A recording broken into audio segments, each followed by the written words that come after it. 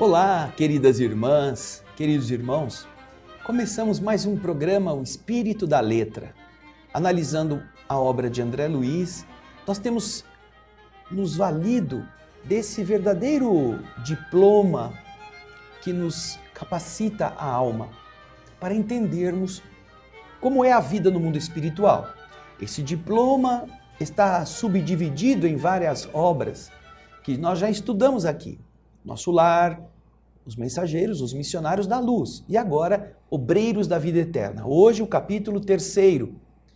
No capítulo anterior nós vimos que eles estavam num santuário de bênçãos e puderam ter informações importantes sobre as questões das doenças psíquicas, dos tratamentos psiquiátricos, etc.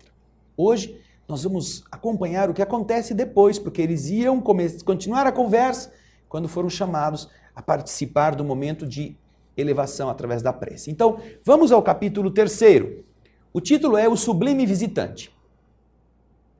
Reunidos em pequeno salão iluminado, e você vai acompanhar o texto aí, observei que a atmosfera permanecia envolvida de suave perfume. Recomendou-nos Cornélio a oração fervorosa e o pensamento puro.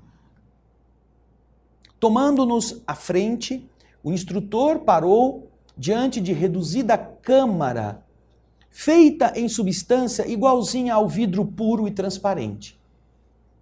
Olhei-a com atenção. Tratava-se de um gabinete cristalino, um ambiente onde, no interior, poderiam ser abrigados à vontade 2 a 3 pessoas. Destacando-se pela túnica muito branca, muito alva, o diretor da casa estendeu a mão direita em nossa direção e exclamou com entonação grave: os emissários da providência, aqueles que vão vir, não devem semear a luz sem proveito. Seria para nós uma falta muito grave receber em vão a graça divina. Colocando-se ao nosso encontro, os mensageiros do Pai exercitam o sacrifício e a abnegação, sofrem os choques vibratórios de nossos planos mais baixos, retomam a forma que abandonaram desde muito, fazem-se humildes como nós, e para que nos façamos tão elevados quanto eles, dignam-se ignorar-nos as fraquezas, a fim de que nós nos tornemos participantes de suas gloriosas experiências. Interrompeu a fala, olhou-nos em silêncio e prosseguiu em um outro tom. Compreendemos que lá fora, diante dos laços morais que ainda nos prendem às esferas da carne, é quase inevitável que nós tenhamos as reminiscências do pretérito e sintamos isso à distância. A lembrança toca as cordas da sensibilidade e sintonizamos com o passado inferior. Aqui, porém, no Santuário da Bênção, é imprescindível observar uma atitude firme de serenidade e de respeito. O ambiente oferece bases, fundamentos, a emissão de energias puras e, em razão disso, nós responsabilizaremos os companheiros presentes por qualquer minúcia desarmônica no trabalho que se realizará. Qualquer senão será de responsabilidade daquele que não esteve em sintonia. Formulemos, pois, os mais altos pensamentos ao nosso alcance, relativamente à veneração que devemos ao Pai Altíssimo. Para outra classe de observadores, o instrutor Cornélio poderia parecer excessivamente metódico e rigorista. Entretanto, não para nós, que sentimos nele a sinceridade profunda e o entranhado amor às coisas santas. Após longo intervalo, destinado à nossa preparação mental, ele voltou a dizer sem afetação: projetamos nossas forças mentais sobre a tela cristalina. O quadro a formar-se constará de paisagem simbólica, em que águas mansas, personificando a paz, alimentem vigorosa árvore a representar a vida. Eu assumirei a responsabilidade de criar o tronco, enquanto os chefes das missões entrelaçarão energias criadoras para dar vida ao lago tranquilo. E depois, dirigindo-se especialmente a nós outros, os colaboradores mais humildes, acrescentou: vocês formarão a veste da árvore e a vegetação que contornará as águas serenas, bem como as características do trecho de céu, de firmamento, que deverá cobrir essa pintura mental. Após ligeira pausa, concluía ele: este é o quadro que vamos oferecer ao visitante excepcional que nos falará em breves minutos. Atendamos aos sinais. 2 auxiliares postaram-se ao lado da pequena câmara, em posição de serviço, e ao soar de harmonioso aviso, pusemos-nos todos em concentração profunda, emitindo o potencial de nossas forças mais íntimas. Senti a pressão do meu próprio esforço, que minha mente se deslocava na direção do gabinete de cristal, onde acreditei penetrar, colocando tufos de grama junto ao desenho do lago que deveria surgir.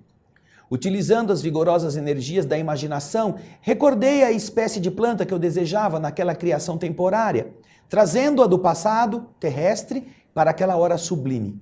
Estruturei todas as minúcias das raízes, folhas e flores e trabalhei intensamente na intimidade de mim mesmo, revivendo a lembrança e tentando plasmá-la no quadro com a fidelidade possível. Fornecido o sinal de interrupção, retomei a postura natural de quem observa, a fim de examinar os resultados da experiência, e contemplei, ó maravilha! Jazia o gabinete de cristal profundamente transformado. Águas de indefinível beleza e admirável azul celeste refletiam um pedaço do firmamento, banhando as raízes de venerável árvore, cujo tronco dizia em silêncio da sua própria grandiosidade. Miniaturas prodigiosas de nuvens, cúmulos e nimbos, estacionavam no céu, parecendo pairar muito longe de nós. As bordas do lago, contudo, figuravam-se quase nuas, e os galhos do tronco apresentavam-se vestidos escassamente. Rapidamente o instrutor retomou a palavra e dirigiu-se a nós com firmeza. Meus amigos, a vossa obrigação não foi integralmente cumprida. Prestai atenção nos detalhes incompletos e exteriorizem vosso poder dentro da eficiência necessária. Vocês ainda têm 15 minutos para terminar a obra.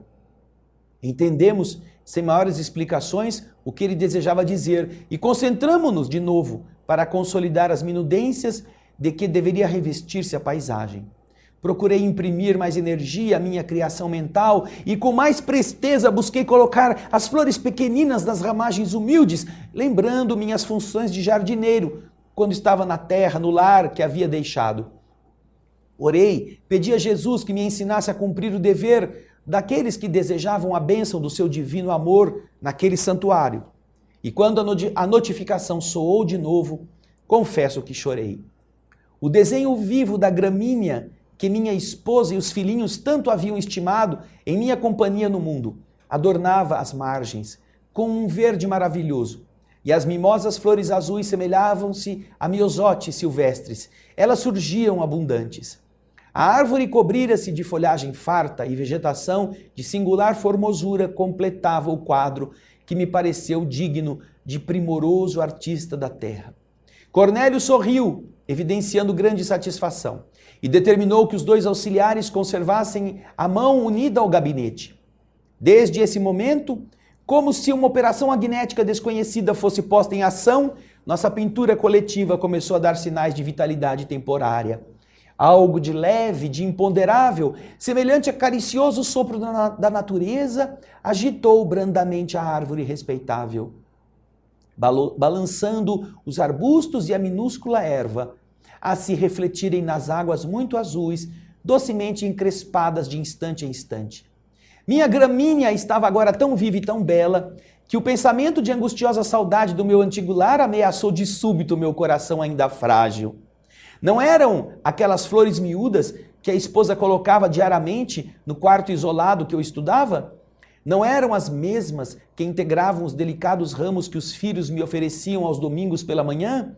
Muitas e fortes lembranças absorveram-me o ser, oprimindo-me inesperadamente a alma. E eu perguntava a mim mesmo, por que mistério?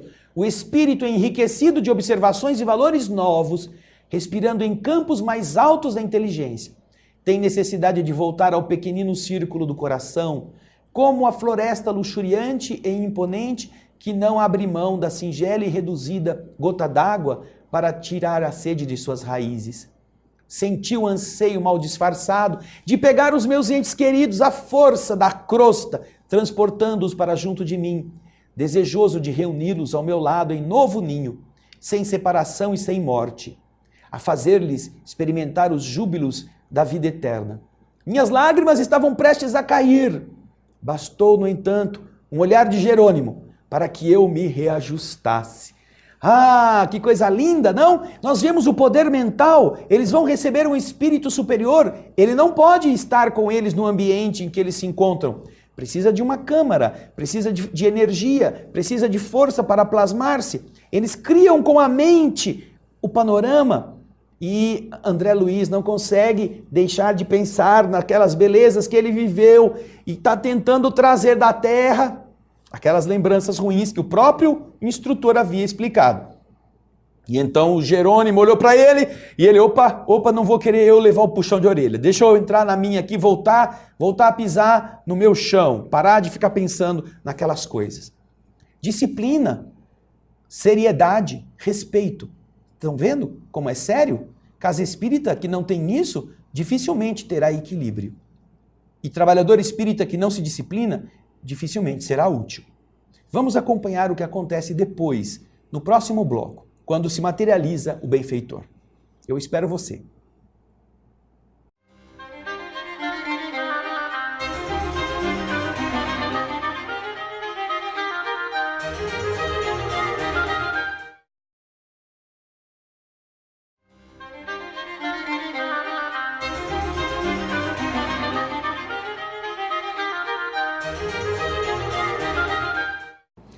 Olá, estamos de volta com o estudo do livro Obreiros da Vida Eterna, hoje o capítulo 3º. Eles estão agora reunidos para receberem a orientação de um ser espiritual elevado. E nós vimos no bloco anterior que eles prepararam um ambiente para que esta alma luminosa pudesse materializar-se diante dos seus olhos. Então agora, depois que está feito o desenho e que o desenho começou a ganhar vida, André Luiz começa a ter saudosismos do seu tempo de homem encarnado. E então o Jerônimo, que é o seu instrutor, olha para ele e ele já entende que não pode voltar a pensar naquelas coisas do passado. E agora a gente vai continuar aqui para entender o que aconteceu. Diz André Luiz, imediatamente eu arremessei para muito longe de mim toda ideia angustiosa, e consegui reaver a posição do cooperador decidido nas edificações do momento. Cornélio, de pé, diante da paisagem viva, enquanto nos mantínhamos sentados, estendeu os braços na direção do alto e suplicou: Pai da criação infinita, permite ainda uma vez, por misericórdia, que os teus mensageiros excelsos sejam portadores da tua inspiração celeste para esta casa consagrada aos júbilos da tua bênção. Senhor, fonte de toda sabedoria, dissipa as sombras que ainda persistem em nossos corações, impedindo-nos a gloriosa visão do amanhã que nos reservaste. Faze brilhar entre nós o pensamento augusto e soberano da confiança sem mescla e deixa-nos perceber a corrente benéfica de tua bondade infinita que nos lava a mente, mal desperta e ainda crivada de escuras recordações do mundo carnal. Auxilia-nos a receber dignamente teus devotados emissários. E então, focalizando a mente em nossos trabalhos, o instrutor prosseguiu com outro tom de voz. Sobretudo, ó Pai, abençoa os teus filhos que partem a caminho dos círculos inferiores, semeando o bem. Reparte com eles, humildes representantes da tua grandeza, os teus dons de infinito amor e de inesgotável sabedoria, a fim de que se cumpram teus sagrados desígnios. Acima, porém, de todas as concessões, proporciona-lhes algo de tua divina tolerância, de tua complacência sublime, de tua ilimitada compreensão, para que satisfaçam, sem desesperação e sem desânimo, os deveres fraternais que cabem a eles, diante dos que ignoram ainda as tuas leis e sofrem as consequências dos desvios cruéis. O orientador calou-se, e dentro da imponente quietude da câmara, vimos que a paisagem formada de substância mental começou a iluminar-se inexplicavelmente em seus mínimos contornos.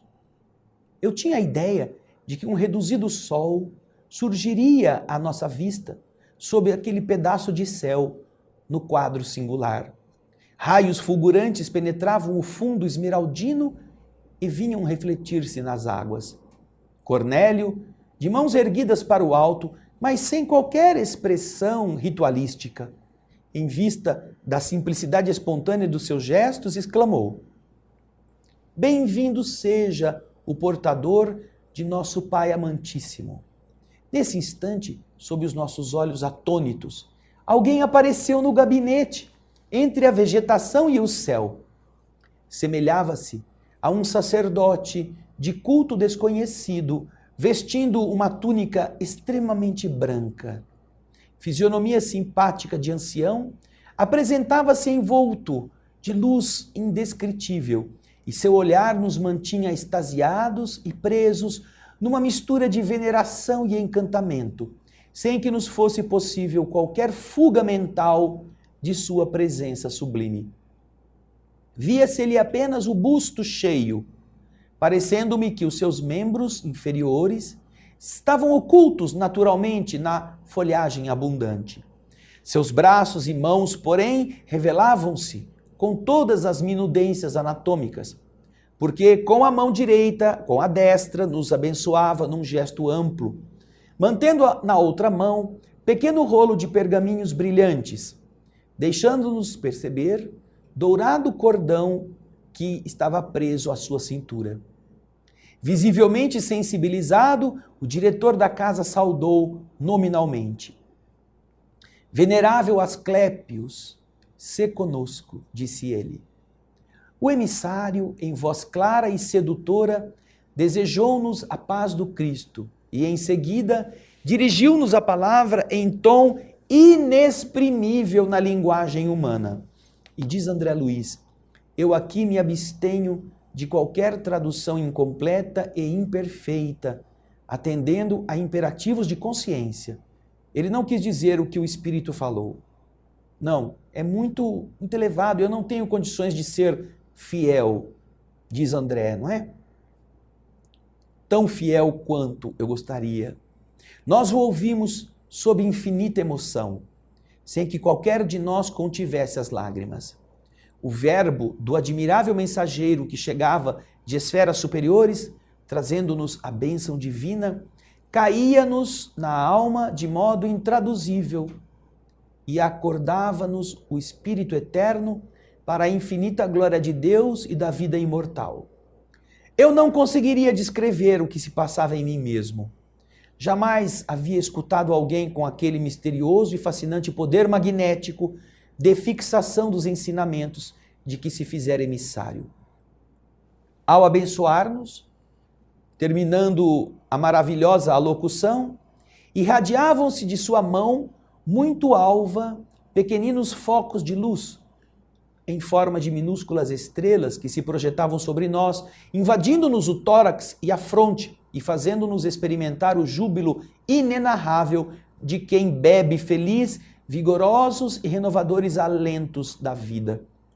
Quiséramos prolongar indefinidamente aqueles minutos divinos, mas tudo fazia acreditar que o mensageiro estava prestes a despedir-se. Interpretando, contudo, o pensamento da maioria, Cornélio dirigiu-lhe a palavra e perguntou, humilde, se os irmãos presentes poderiam dirigir-lhe também algumas solicitações. O enviado celeste aqueceu, sorrindo, num gesto silencioso, colocando-nos à vontade, dando-me a impressão de que ele já aguardava semelhante pedido. Então a irmã Semprônia, que era chefe pela primeira vez de uma turma de socorro ao serviço de amparo aos órfãos, foi a primeira a consultá-lo. Disse ela: Venerável amigo, Temos algumas cooperadoras na crosta que esperam de nós uma palavra de ordem e reconforto para prosseguirem nos serviços a que elas se devotaram de coração fiel. Desde muito tempo, experimentam perseguições declaradas e toleram o sarcasmo contínuo de adversários gratuitos que lhes ferem o espírito sensível, atacando nelas os melhores esforços através de maldades sem conta. Inegavelmente, não cedem ante os fantasmas da sombra e mobilizam as energias no trabalho de resistência cristã, exercendo funções de colaboradora nesta expedição de socorro que agora chefio pela primeira vez. Conheço de perto a dedicação de que nossas amigas testemunham na obra sublime do bem, mas não ignoro que padecem heróicas e leais há quase 30 anos sucessivos, diante do assédio de inimigos implacáveis e cruéis. Após curto silêncio que ninguém se atreveu a interromper, Semprônia concluiu perguntando: que devemos dizer a elas, respeitável amigo? O que dizer? Por que palavras esclarecedoras e reconfortantes sustentar-lhes o ânimo em tão longa batalha? De alma voltada para o nosso dever, aguardamos de vossa generosidade a orientação oportuna. E então, diz André, vimos o inesperado. O mensageiro ouviu paciente e bondoso, revelando grande interesse e carinho na sua expressão fisionômica.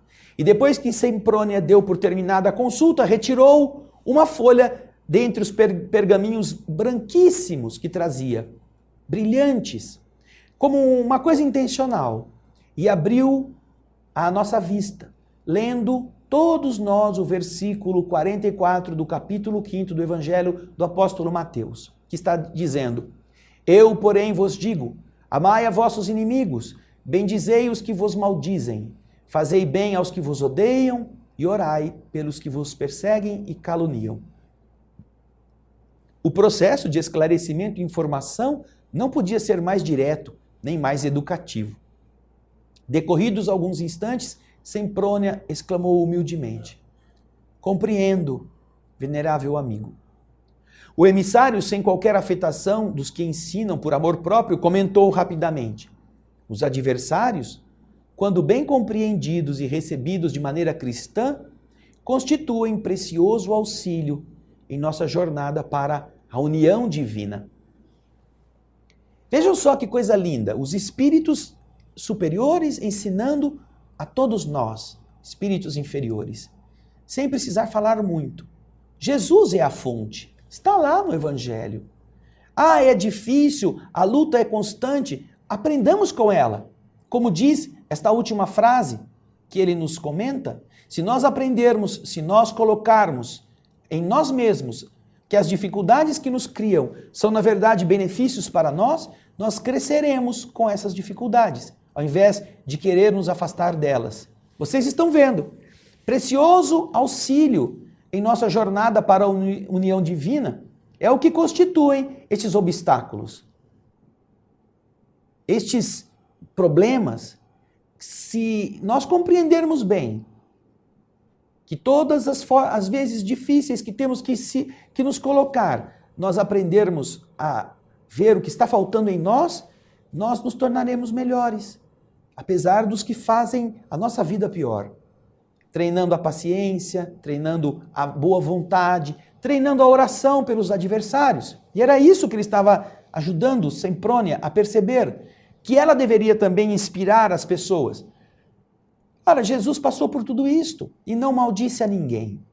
Jesus enfrentou todas estas coisas e deixou o exemplo de como fazer para nós mesmos superarmos aqueles obstáculos. Não há graça nenhuma em fazer as coisas se tudo for fácil, não é mesmo?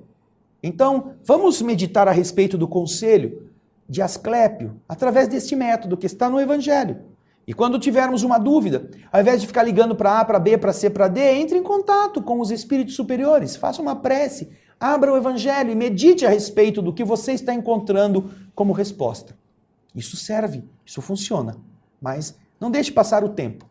Daqui a pouquinho nós vamos voltar com o terceiro bloco, na continuidade das perguntas a Asclépio. Eu espero você. Até já.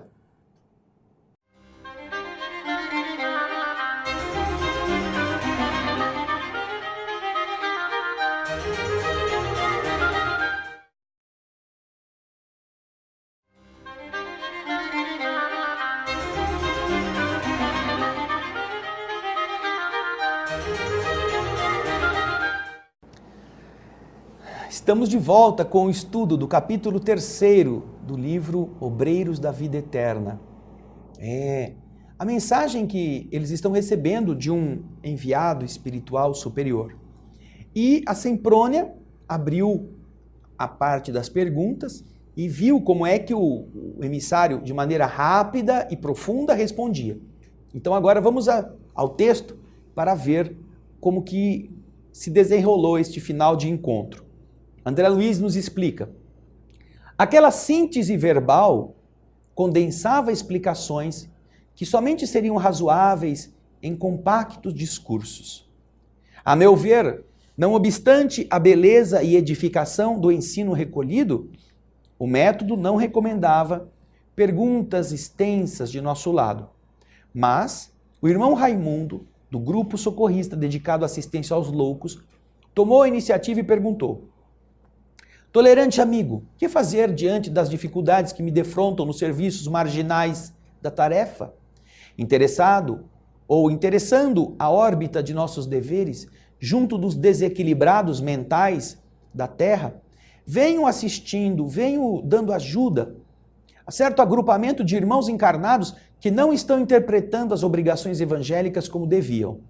Em verdade, eles nos convocam à colaboração espiritual, pronunciando belas palavras, mas no terreno prático se distanciam de todas as atitudes verbais da crença consoladora.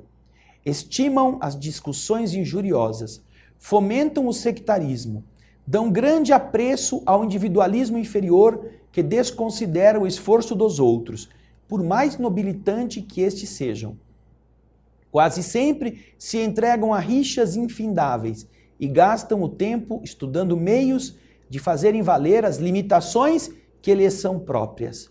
Por mais que lhes ensinemos a humildade, recorrendo não a nós, mas ao exemplo eterno do Cristo, mais eles se arvoram em críticos impiedosos, não apenas uns dos outros, e sim de setores e situações, pessoas e coisas que não lhes dizem respeito, incentivando a malícia e a discórdia, o ciúme e o desleixo espiritual. No entanto, reúnem-se metodicamente e nos chamam à cooperação em seus trabalhos. Que fazer, todavia, respeitava o orientador, para que maiores perturbações não se estabeleçam? O mensageiro esperou que o consulente se desse por satisfeito em suas indagações e, em seguida, muito calmo, repetiu a operação anterior. E tivemos diante de nossos olhos outro pergaminho, com a inscrição do versículo 11 do capítulo 6 da primeira carta do apóstolo Paulo a Timóteo, que dizia: mas tu, ó homem de Deus, foge destas coisas e segue a justiça, a piedade, a fé, a caridade, a paciência e a mansidão. Raimundo permaneceu assim. Que será que isso quer dizer? Dando a impressão de que também não tinha interpretado a advertência quanto devia. Mas logo depois veio a explicação sintética do visitante, do Espírito. O discípulo, disse ele, o discípulo que segue as virtudes do Mestre, aplicando-as a si próprio, foge às inutilidades do plano exterior, acolhendo-se ao santuário de si mesmo, e auxilia os nossos irmãos imprevidentes e perturbados, briguentos e ingratos, sem contaminar-se com eles. Agora está claro. Eles podem ser o que quiserem, mas se você é o ajudador, você não deve diminuir a intensidade do seu modo de ser, no entusiasmo do bem. Não se contamine com eles. Deixe que eles briguem. Faça você a sua parte. E então, registrando as palavras sábias de Asclépio, Raimundo pareceu acordar para a verdade e murmurou com algum desapontamento: aproveitarei a lição. Porque era para ele, né? Era ele mesmo, que já estava ficando meio cansado de bater, né? De malhar em ferro frio, como costumamos dizer. Mas, logo que o silêncio se fez, uma outra pessoa quis perguntar, a irmã Luciana. Ela era do nosso grupo, diz André. Logo, ela tomou a palavra e perguntou: esclarecido mentor, esta é a primeira vez que vou à crosta em tarefa definida de socorro. Podereis fornecer-me, porventura, a orientação de que necessito? O emissário, que parecia trazer respostas bíblicas preparadas de antemão, desdobrou nova folha e lemos admirados o versículo 9 do capítulo 4 da primeira carta de Paulo aos Tessalonicenses, que diz o seguinte: quanto, porém, à caridade fraternal, não necessitais de que vos escreva, visto que vós mesmos estáis instruídos por Deus, que vos ameis uns aos outros. Algo confundida, Luciana observou reverente: compreendo. E o mensageiro, com muita delicadeza, comentou com ela: o evangelho aplicado ensina-nos a improvisar os recursos do bem nas situações mais difíceis. Improvisar. O que você não souber, improvise. O que você não tiver à mão, faça de um outro jeito. Mas não deixe de fazer o bem nas situações mais difíceis. De novo, fez-se extrema quietude na câmara. Ninguém falou mais nada. Talvez pelo nosso péssimo hábito de longas conversações sem proveito, que nós trouxemos da terra, não encontrávamos grande encanto naquelas respostas francas e diretas, sem qualquer lisonja, sem qualquer elogio barato ao nosso personalismo dominante. Os instantes estavam ali passando pesados quando observamos a gentileza e a sensibilidade do diretor do Santuário da Bênção. Notando que Semprônia, Raimundo e Luciana eram alvos de nossa indiscreta curiosidade, Cornélio inquiriu de Asclépio como se ele fosse um mero aprendiz. Que fazer, Asclépio, para conservar alegria no trabalho, perseverança no bem, devotamento à verdade? O mensageiro contemplou-o num sorriso de aprovação e simpatia, identificando em Cornélio o ato de amor fraternal para ajudar a todos os outros. E então tirou um novo pergaminho, em que se lia o versículo 16 do capítulo 5 da primeira carta de Paulo aos Tessalonicenses, que dizia o seguinte: regozijai-vos sempre. Em seguida falou jovial: a confiança no poder divino é a base da alegria cristã, que jamais devemos perder. Estejamos sempre felizes, sempre alegres, regozijantes, sempre. Por causa de estarmos confiando na bondade divina, no amparo celeste. O instrutor Cornélio meditou alguns momentos e rogou humilde: ensina-nos sempre, venerável irmão. Puxa, quem não pediria isso, não é? Nós estamos acostumados àquelas conversas que não têm fim. Estamos muitas vezes contaminados por um tipo de diálogo que é a exposição e a repetição de mesmos argumentos, sem aprofundarmos na reflexão do que vamos falar. Mas Asclépio trazia sempre a palavra contida nas Escrituras e que, portanto, nós mesmos podemos encontrar, se tivermos vontade, se tivermos desejo de ir atrás delas. E para isto, ali, a fala resumida apenas aclarava alguma coisa, a inteligência obtusa, a nossa inteligência obtusa, dando a aplicação. Ah, eu ajudo numa instituição, mas lá eles não se ajudam, eu falo para eles, eles não melhoram, eles são bons de palavra e péssimos de atitude. O que fazer com eles? Ele esperava que o mentor fosse dizer, então abandona eles, deixa eles se virarem, morrer afogados, e eles que se danem, vai procurar outro grupo melhor? Não! Que isso não te contamine. Porque este deve ser o conselho de todos os espíritos protetores. Espírito protetor é aquele que é bem melhor do que o protegido, mas tem que aguentar a ignorância do infeliz. Já pensou se depois de 5 anos, 10 anos, 15 anos tentando fazer o indivíduo melhorar e o cara não querendo nem saber se ele fala, eu vou procurar outro emprego? Eu cansei de ser espírito protetor? Ora, não se contamine com a ignorância. Você foi posto aí por causa dela. Você tem condições de ajudá-la. Faça o melhor que você pode. E assim, aquele que você está ajudando não poderá dizer que ele foi desassistido. E isto é uma lição para todos nós. Não é só para o Raimundo lá. É para cada criatura. E com as mulheres que estavam lá sofrendo, os problemas do dia a dia. Então, paciência. Amar o inimigo. Tentar trazê-lo com carinho. Compreender as lições que nos ensinam. Nós melhoraremos. Nós queremos sempre mudar os outros. E nos esquecemos que estes problemas nos mudam. Que as dificuldades vão tornar-nos menos ásperos. E que quando nós aprendermos que isto é um benefício, no final das contas nós vamos agradecer a Deus por termos tido tantas dificuldades. E isto é sublime. Chico Xavier costumava dizer que ele não se lembra de nada que ele tenha aprendido na felicidade. Nada que ele tenha conseguido crescer sem algum espinho na carne. A felicidade nunca me ensinou nada. Eu aprendi o que aprendi.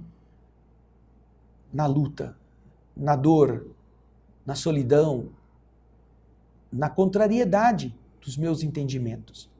E isto é lógico, porque quando temos um obstáculo e não gostamos dele, nós somos fracos nesse ponto.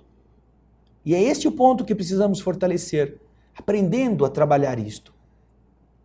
E como ser desses que não perdem a fé, não perdem a confiança em Deus, que estão prontos para tudo, como perguntou Cornélio, regozijai-vos sempre.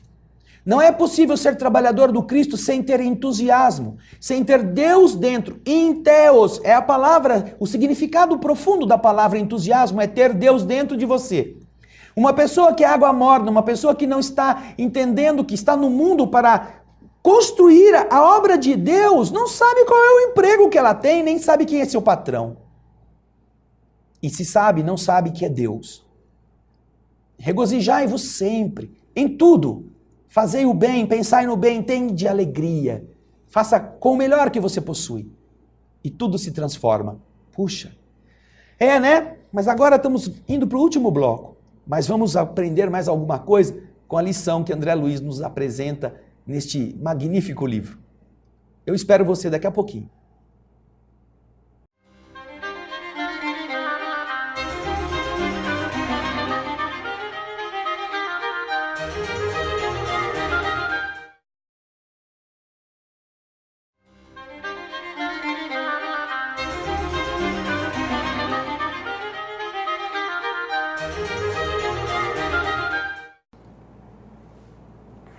Estamos aqui para o último bloco.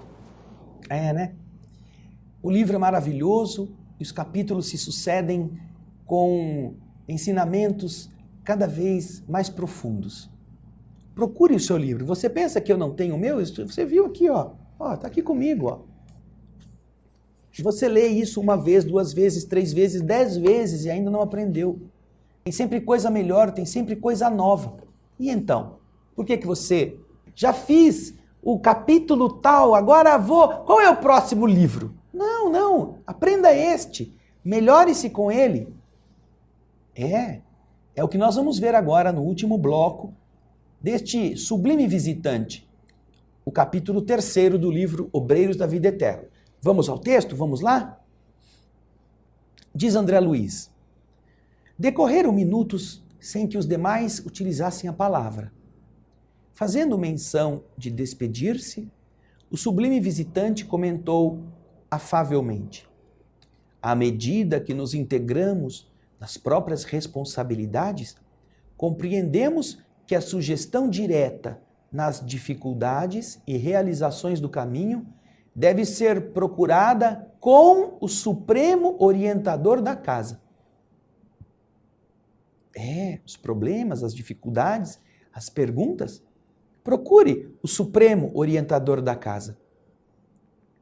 Cada espírito, herdeiro e filho do Pai Altíssimo, é um mundo por si mesmo, com suas leis e características próprias.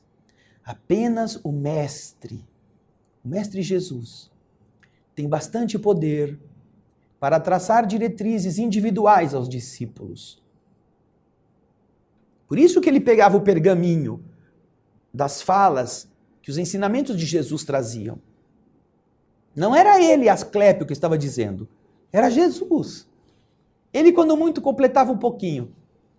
Logo após, abençoou-nos carinhoso, desejando-nos bom ânimo.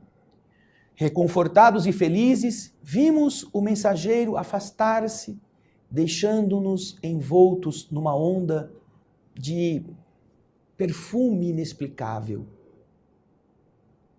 Ambos os auxiliares, que se mantinham apostos, retiraram as mãos do gabinete de vidro ou de cristal e, depois de várias operações magnéticas efetuadas por eles, desapareceu a pintura mental, voltando a peça cristalina ao aspecto primitivo.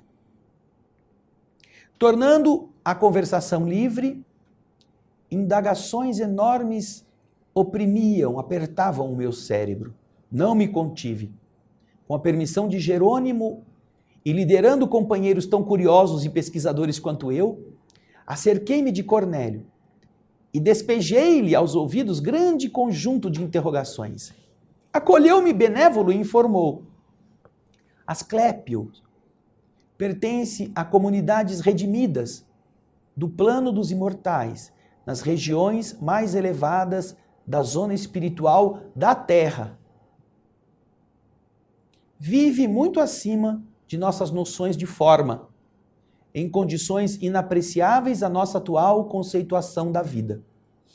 Já perdeu todo o contato direto com a crosta terrestre e só poderia fazer-se sentir por lá através de enviados e missionários de grande poder.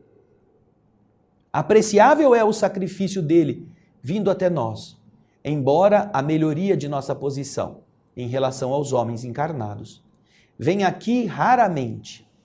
Não obstante, algumas vezes outros mentores da mesma categoria nos visitam por piedade fraternal. Aí perguntei, não poderíamos, por nossa vez, ir até onde está o plano de Asclépio a fim de conhecer-lhe a grandeza e sublimidade?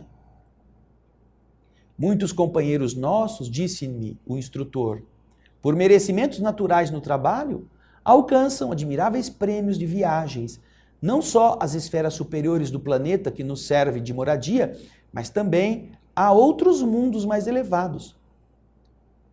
Sorriu e acrescentou ele: não devemos esquecer, porém, que a maioria efetua semelhantes excursões somente na qualidade de viajantes, em processo estimulante do esforço pessoal, à maneira de jovens estudantes de passagem rápida pelos institutos técnicos e administrativos das grandes nações. Raros são ainda os filhos do planeta em condições de representá-lo dignamente em outros mundos e círculos de vida do nosso sistema. Não me deixei impressionar e prossegui perguntando: Asclépio, todavia, não vai renascer mais na Terra? O instrutor fez um gesto significativo e esclareceu: poderá reencarnar em missão de grande benemerência se quiser, mas há intervalos de 5 a 8 séculos entre as reencarnações. Meu Deus, exclamei! Como é grandioso semelhante estado de elevação. Constitui sagrado estímulo para todos nós, disse o mentor. E eu perguntei: devemos acreditar? Seja esse o mais alto grau de desenvolvimento espiritual no universo? Ficar aqui onde Asclépio está em volta da Terra? O diretor da casa sorriu compassivo em face da minha ingenuidade e disse: de modo algum, André. Veja só, Asclépios relaciona-se entre os abnegados mentores da humanidade terrestre. Partilha da soberana elevação da coletividade a que lhe pertence, mas efetivamente é ainda a entidade de nosso planeta, funcionando embora em círculos mais altos da vida. A todos nós compete peregrinar muito tempo no campo evolutivo para atingirmos as suas pegadas.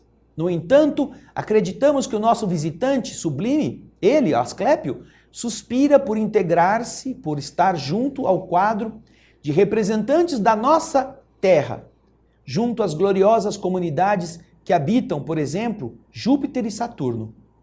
Os componentes dessas, por sua vez, esperam ansiosos o instante de serem convocados às divinas assembleias que regem o nosso sistema solar. Entre estas últimas estão aqueles que aguardam cuidadosos e vigilantes o minuto em que serão chamados a colaborar com aqueles que sustentam a constelação de Hércules, a cuja família pertencemos. Os que orientam nosso grupo de estrelas aspiram naturalmente a formar um dia na coroa de gênios celestiais que amparam a vida e a dirigem no sistema galáctico em que nos movimentamos. E sabe, meu amigo, que a nossa Via Láctea, viveiro e fonte de milhões de mundos, é somente um detalhezinho da criação divina, um pedacinho do universo. As noções de infinito encerraram a reunião encantadora no Santuário da Bênção. Cornélio estendeu-nos a mão, desejando-nos felicidade e paz, e despedimos-nos sob enorme impressão entre a saudade e o reconhecimento. Como não ter saudade de uma reunião assim? Entendendo que um espírito tão elevado só se reencarna, se quiser, na Terra, com um espaço de 5 a 8 séculos. Imagine isto. E para realizar missão de natureza coletiva. Já não precisa mais das reencarnações compulsórias. Já não precisa mais renascer para pagar dívida. Já se libertou desses renascimentos inferiores. Vem como missionário, como vanguardeiro, como semeador. Mas, diante da curiosidade de André Luiz, o espírito Cornélio explica: nós teremos que andar muito para chegar a pisar nas pegadas que o nosso Asclépio já vai deixando. Mas isto quer dizer que ele ainda é apenas um espírito terreno. Ele está nas estruturas vibratórias, nos círculos elevados que envolvem a Terra. Ele ainda não está representando a nossa civilização terrena junto às comunidades de Júpiter e Saturno, os planetas mais avançados do sistema. Ele provavelmente, quando estiver em condições, será convocado a estar lá. E os que já estão lá, estão esperando fazer parte dos que são convocados aos que governam o sistema solar, os espíritos elevados que ajudam o Criador a administrar esse sistema solar. E estes que administram o sistema solar estão aguardando também nos processos de evolução a convocação para que eles governem a área que alberga o nosso pequeno sistema, a constelação de Hércules. E depois os que cuidam das constelações estão esperando também tomar parte naquela pleiade celeste que vai dirigir os destinos da Via Láctea. E são bilhões de galáxias. Os homens estão acabando de descobrir que são bilhões e bilhões e bilhões de galáxias. Vocês estão vendo aqui.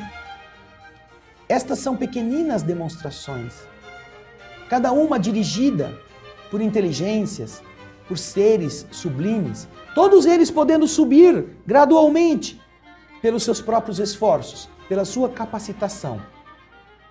Entendida a maneira de ensinar, perceberemos que nós não podemos estar no mundo esperando só favores do alto.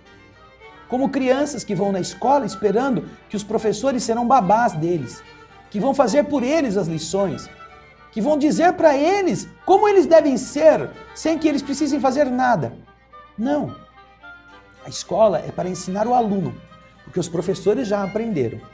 E estão vindo aqui, vindo ao mundo, vindo para nos ajudar a acender as nossas luzes. Esse sublime visitante nos faz pensar, porque ele mesmo diz, Jesus é a fonte. Esta luz que você está vendo, que ilumina a terra, ilumina a sua consciência também. Você poderá encontrar em Jesus os ensinamentos que estão faltando para decidir como fazer.